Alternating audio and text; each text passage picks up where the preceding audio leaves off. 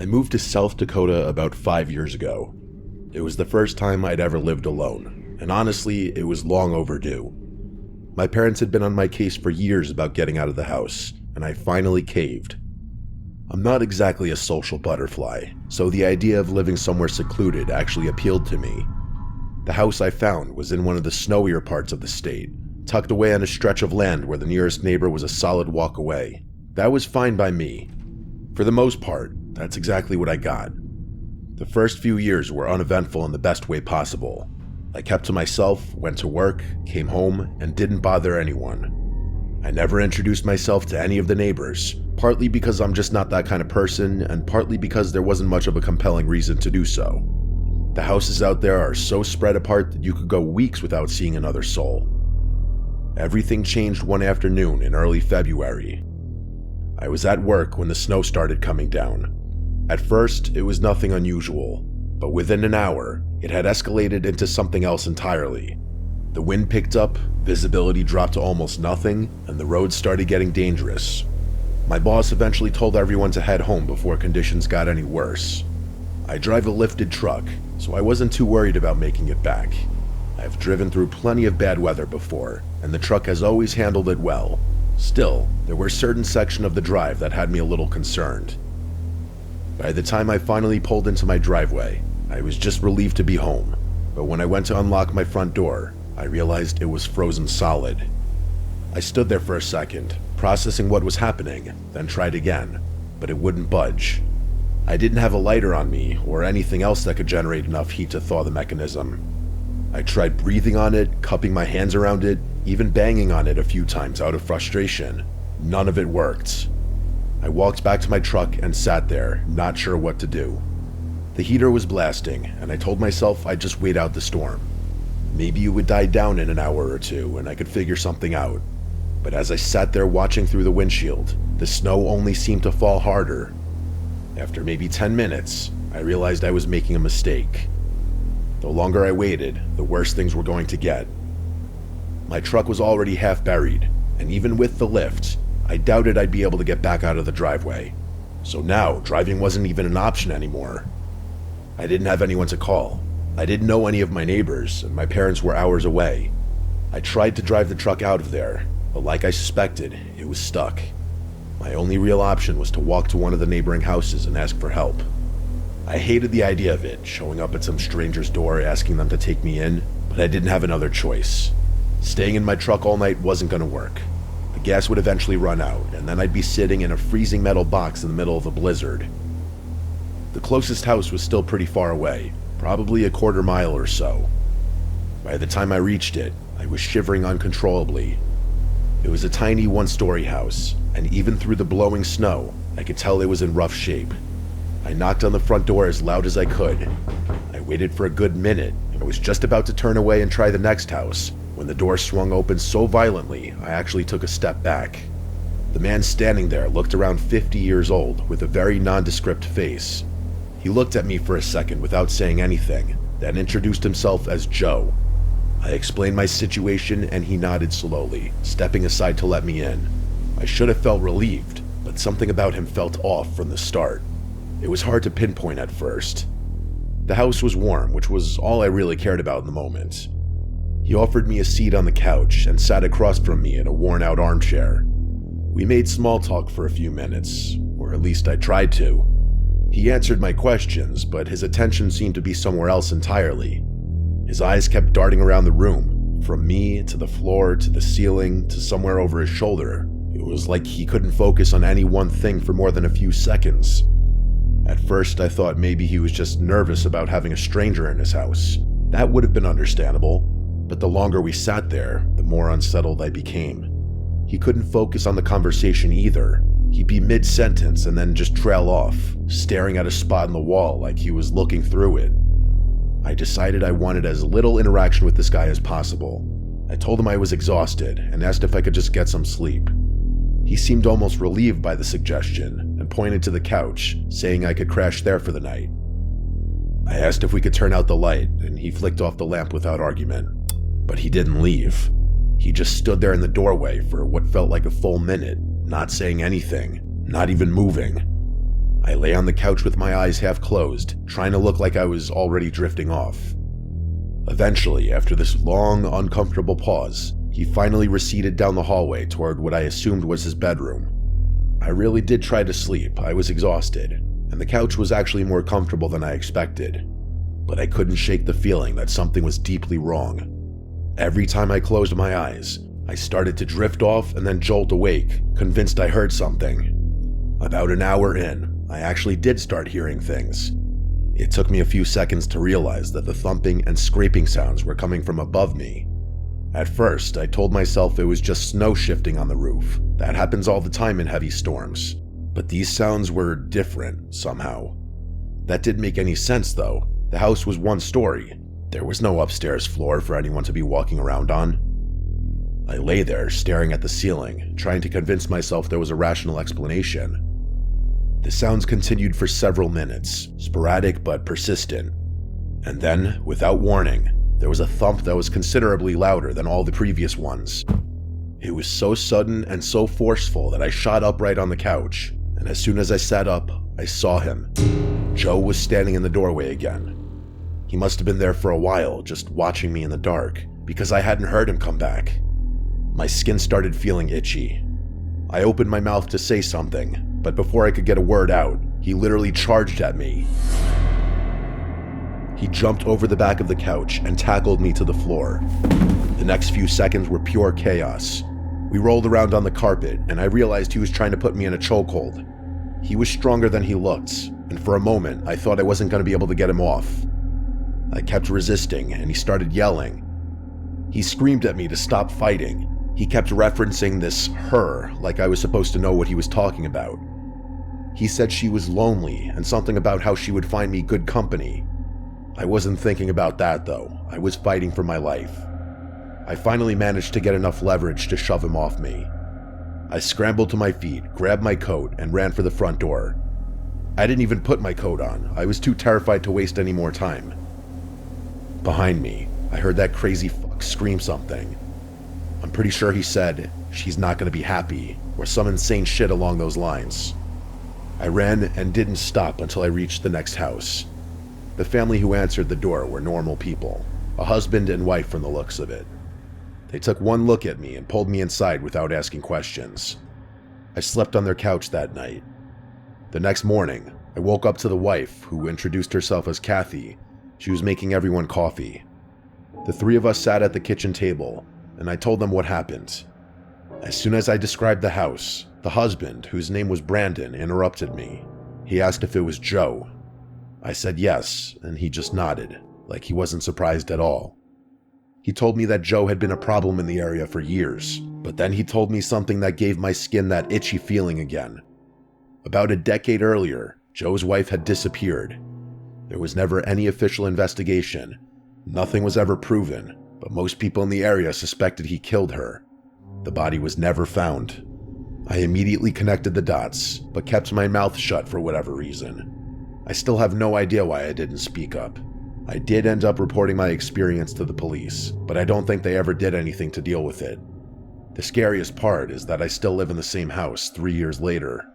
Nothing has happened since that night in the blizzard, but I'd be lying if I said I don't get a weird feeling every time I drive past Joe's house. The one silver lining to all of this is that I got close with the family who took me in that night, but I always get a weird feeling every time I go over there, because it reminds me of Joe and whatever god-awful thing he's done to his wife.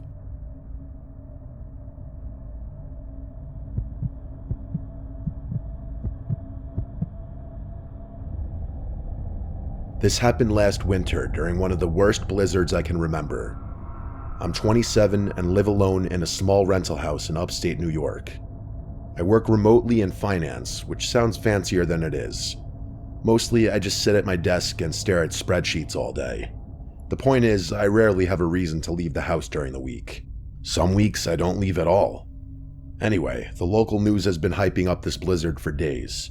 You know how they get. Every storm is potentially historic or life-threatening, until it dumps 3 inches and everyone moves on.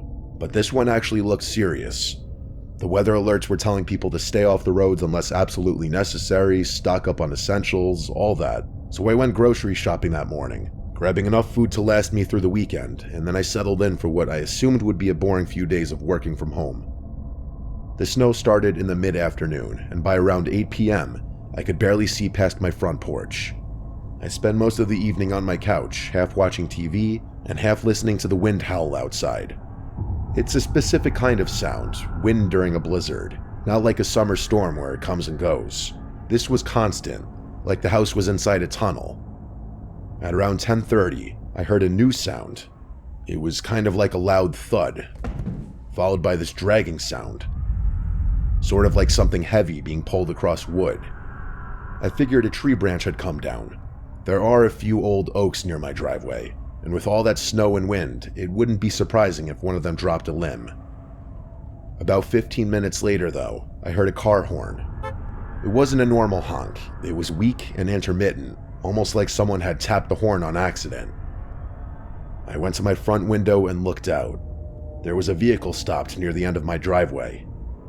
I could see its headlights cutting through the snow, but that was about it. I stood there for a few minutes, waiting to see if anyone could get out, but I couldn't make out any movement. With the storm the way it was, I couldn't even tell what kind of car it was. My first thought was that someone had slid off the road. It happens out there, especially in weather like that. It sounds callous, but I wasn't about to trudge out into a blizzard to check on a stranger, not when I could barely see 10 feet in front of me. I went back to the couch and tried to focus on something else. At around 11, I heard knocking at my front door. I didn't open the door. Instead, I walked over and called out, asking who was there. A man's voice answered. He said his car was stuck and he needed to come inside to warm up and use a phone. His voice sounded strained, like he was out of breath. Part of me felt guilty. If this guy really had been walking through that storm, he probably was freezing.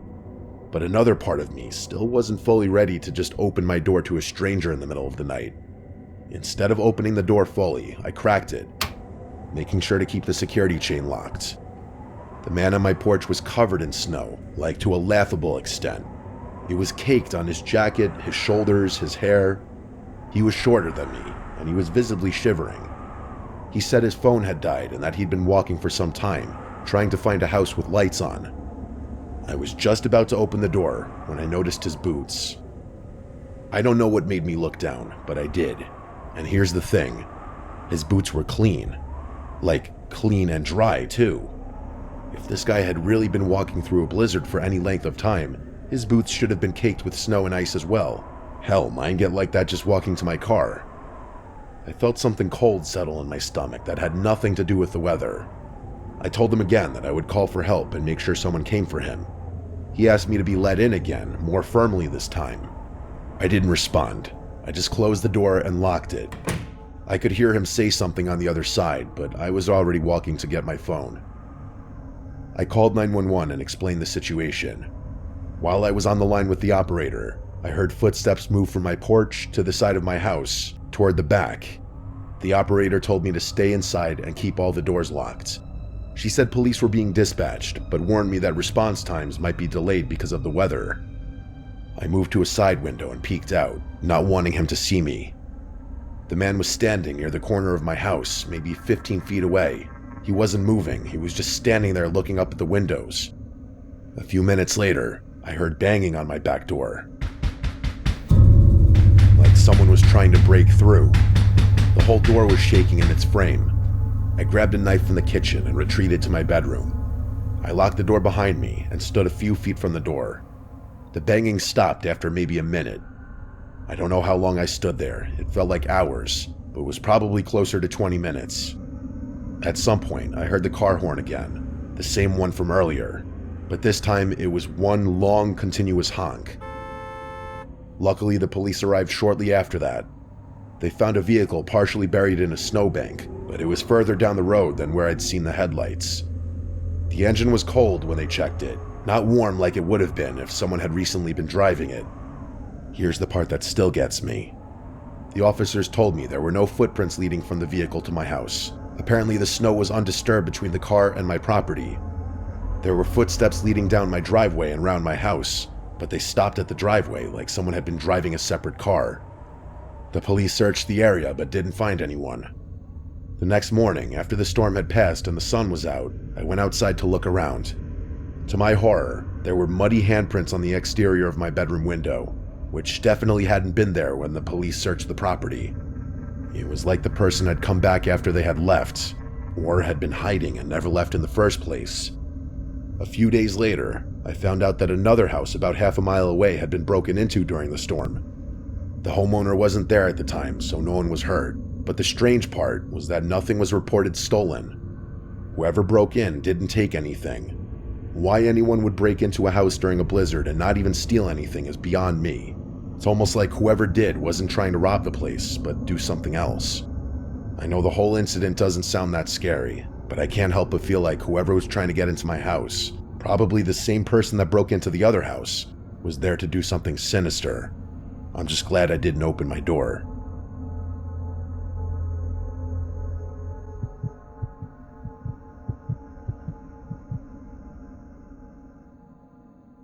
This happened several years ago now.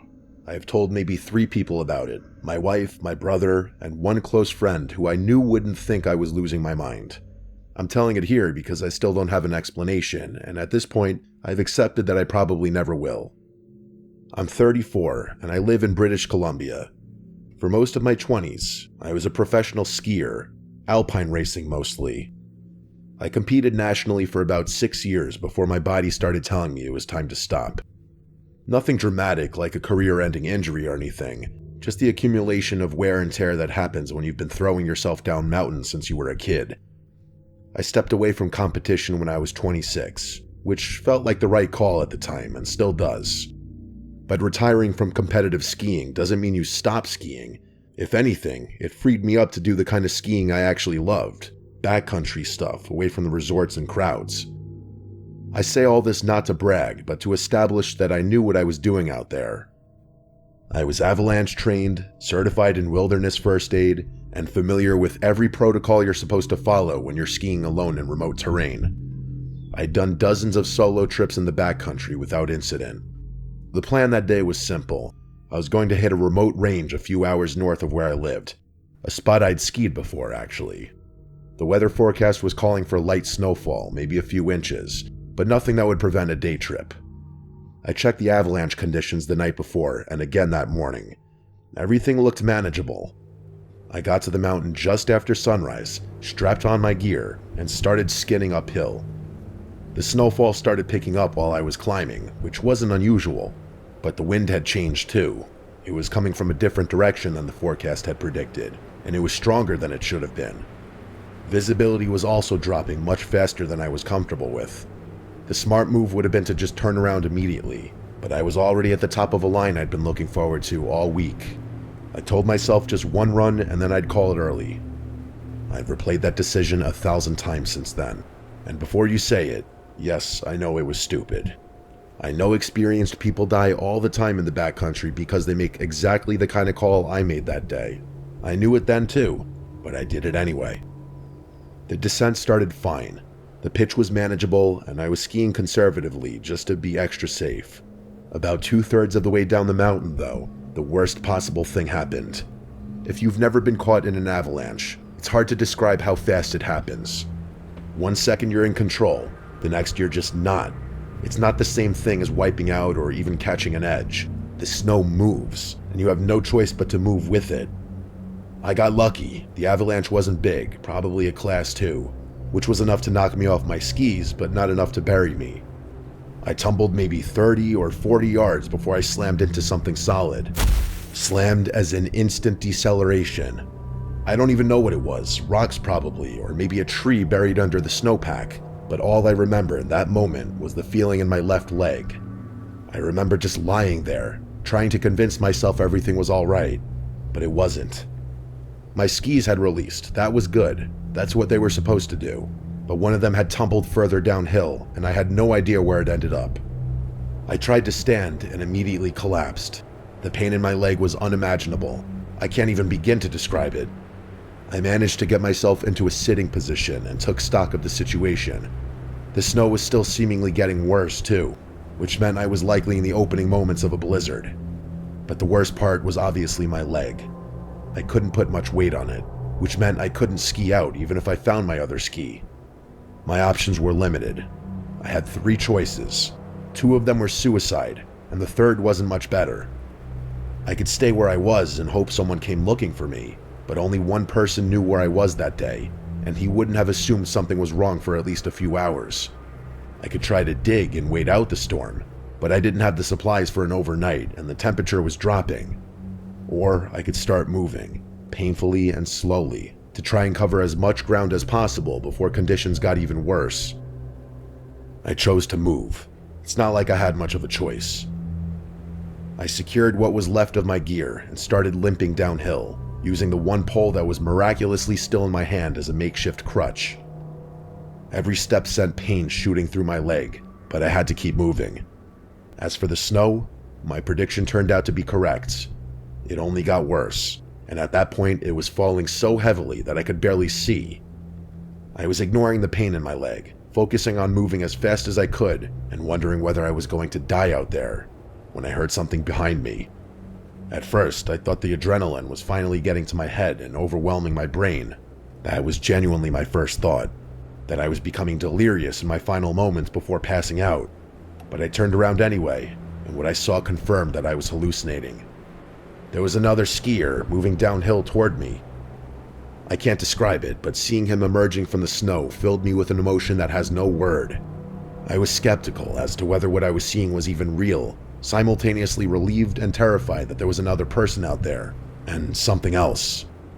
It was fear, but for what, I didn't know.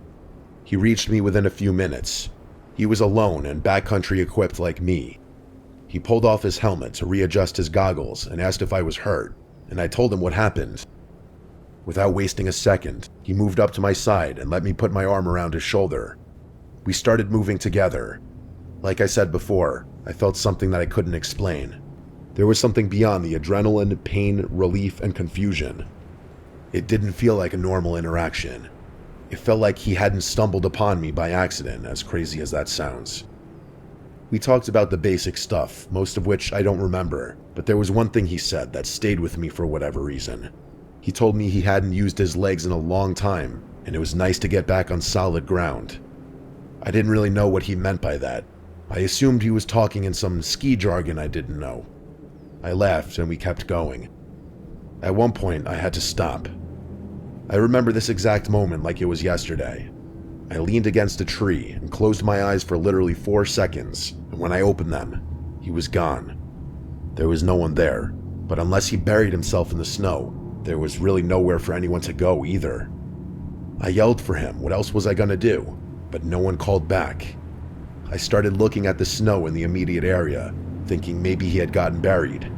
Nothing. It gets worse though. There were no tracks in the snow other than my own. I started freaking out. He'd been right there, right next to me, supporting half my weight for what must have been like an hour, but there was nothing. I started feeling dizzy, like someone had just punched me in the gut, and the feeling I had been feeling earlier came back. The rational part of my brain was insisting there had to be an explanation. Could I have been more disoriented than I thought? Maybe the snow had filled in his tracks faster than mine. Or maybe I had hallucinated the whole thing. Maybe I was already dead. I didn't have time to figure it out. The storm wasn't going to wait for me to process what had happened. I don't know how I made it back to my car. The last mile or so was such a blur. Just pain and cold and the stubborn refusal to stop moving. But I did eventually make it. I drove myself to the hospital and finally got some good news.